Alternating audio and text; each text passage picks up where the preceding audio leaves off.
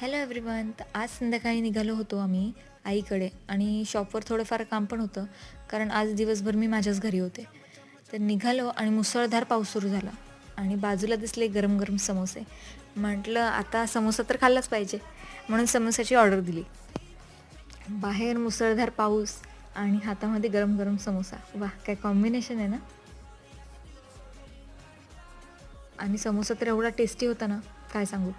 आणि मग त्याच्यानंतर कृष्ण हट्ट करायला लागला की मला ती स्मूदी प्यायची आहे म्हणून. म्हणून ती घेतली. म्हटलं त्याला देण्याच्या ऐवजी एकदा आपण ट्राय करून बघूया. तर टेस्ट आहे ना एकदम बोर्नव्हिटासारखी होती. त्याच्यामुळे त्यानेसुद्धा खूप आवडीने पिलं. त्याच्यानंतर परत आम्ही गाडीवरून निघालो शॉपच्या रस्त्याने आणि मग शॉपवर मला थोडंफार काम होतं, ते आम्ही केलं.